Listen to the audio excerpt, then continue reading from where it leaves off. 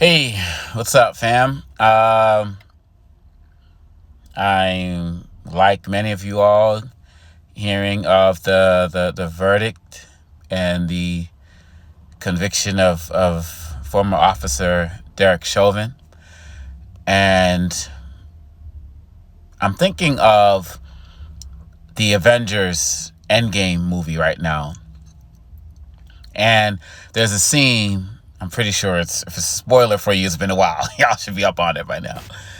And there's a scene where they are no, it was Infinity War, where all of the Avengers, Iron Man particularly, was going at Thanos, and they were throwing rock, everything, shooting missiles, all of this stuff, and they made him bleed a little bit on his cheek.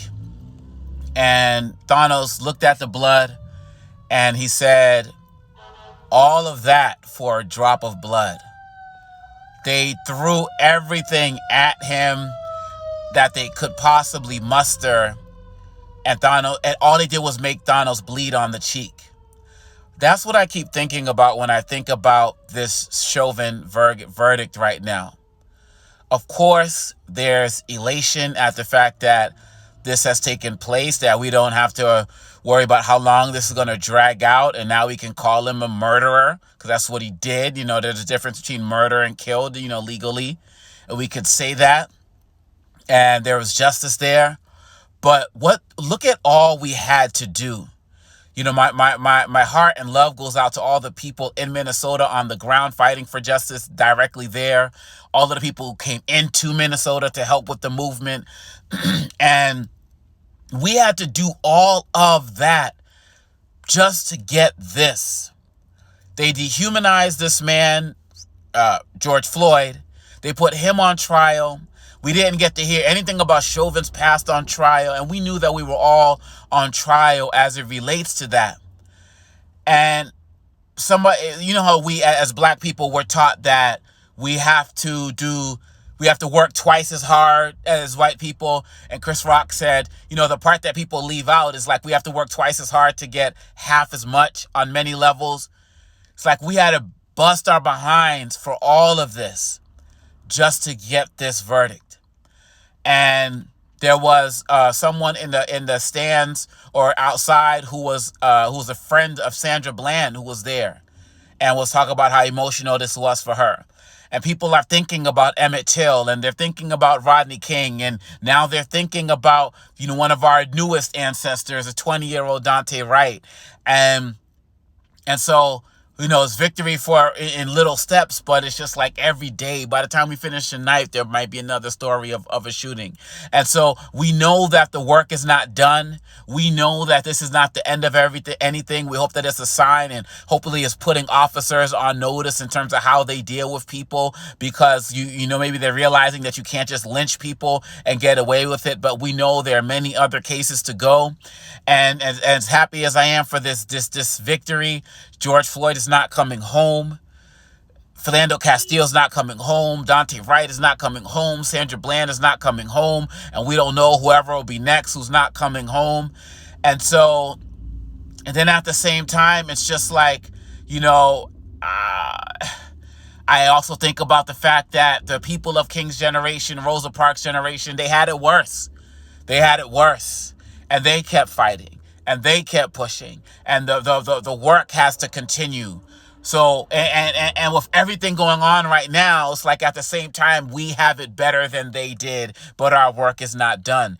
And so as we scream and cheer and cry and fall in the streets and all of that type of stuff, we're doing it, it's this momentary happiness and elation. But we all know that our work is not yet done. We all know that when we look at what's happening with voting rights, we all know that when we let our foot off the pedal, that these types of cases are going to sneak back in and people are going to get off, and we can't let up. So Joe Madison called this the verdict of a generation, the verdict for this generation of young people. They needed to see this guilty plea. People who are not so young needed to see this conviction on all three charges, needed to see that. Because we have a young crop of activists who, what happened to George Floyd and Breonna Taylor, whose killers still need to be arrested. One of them having a book deal. What? They needed to see this win. They needed to see this to know that their activism matters, that their lives matter, that Black lives matter. And this was a multiracial coalition of people fighting for justice. And so we needed to see that. And so we could celebrate temporarily, but we all know that our work isn't done. But I'm very happy that Floyd's family is going to get some form of justice with this conviction. And really, at the end of the day, all of you, when you get home, hug your family members, hug them, kiss them, tell them you love them, that you appreciate and respect them. Because, people never do know. We don't know when it's going to happen next. And Dr. King talked about, the arc of humanity bending towards justice. It might be slow, but it's bending in that direction. So I'm happy for the Floyd family. Sad that they will never see him again. For his girlfriend, for his children. And, it's, the older you get, the harder these cases are to see.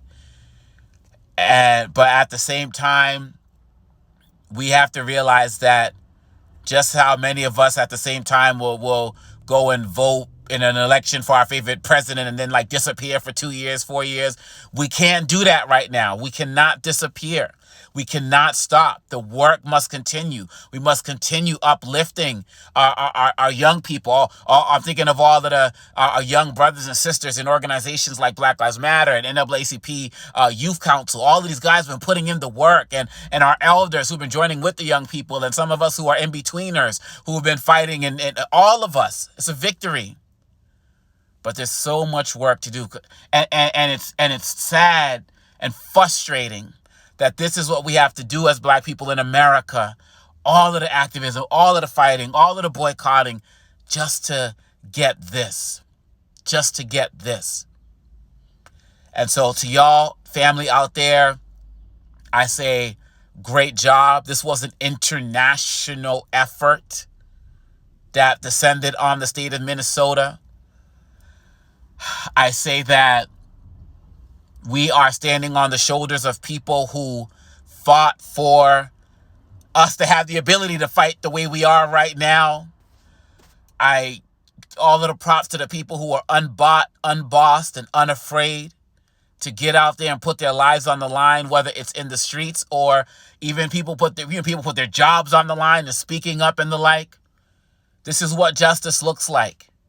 But we have to keep doing the work to make sure that justice will always look like this, because there's so many other cases of videos that will never make it to the national headlines, of people whose stories we'll never know, or people who won't have the benefit of a trial or of a video to, but it's like, damn, at the same time, we had to watch somebody get lynched for 9 minutes plus to get here.